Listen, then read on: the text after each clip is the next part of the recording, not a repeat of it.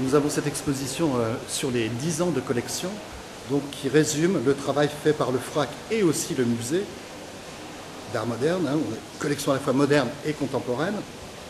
Donc depuis 10 ans, quel type de collection, quel travail on a fait. Donc il y a à la fois des choses qui sont très liées à l'imaginaire, à la question du cerveau, de l'espace mental, et on a d'autres choses qui sont beaucoup plus concrètes, comme le rapport à l'espace urbain, à la ville, poétiser la ville.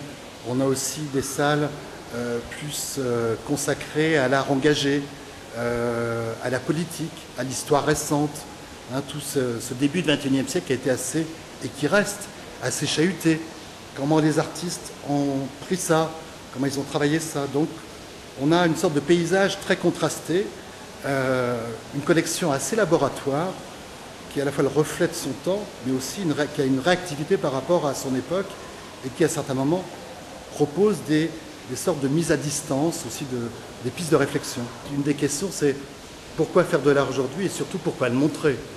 Pourquoi on a des musées, pourquoi on a des centres d'art. Donc c'est un des aspects de la discussion aujourd'hui, notamment dans les territoires ruraux. Donc c'est vrai que l'art a une place, je pense, assez importante. En témoigne la fréquentation des abattoirs depuis des années, qui, en fonction des expositions, est modulable.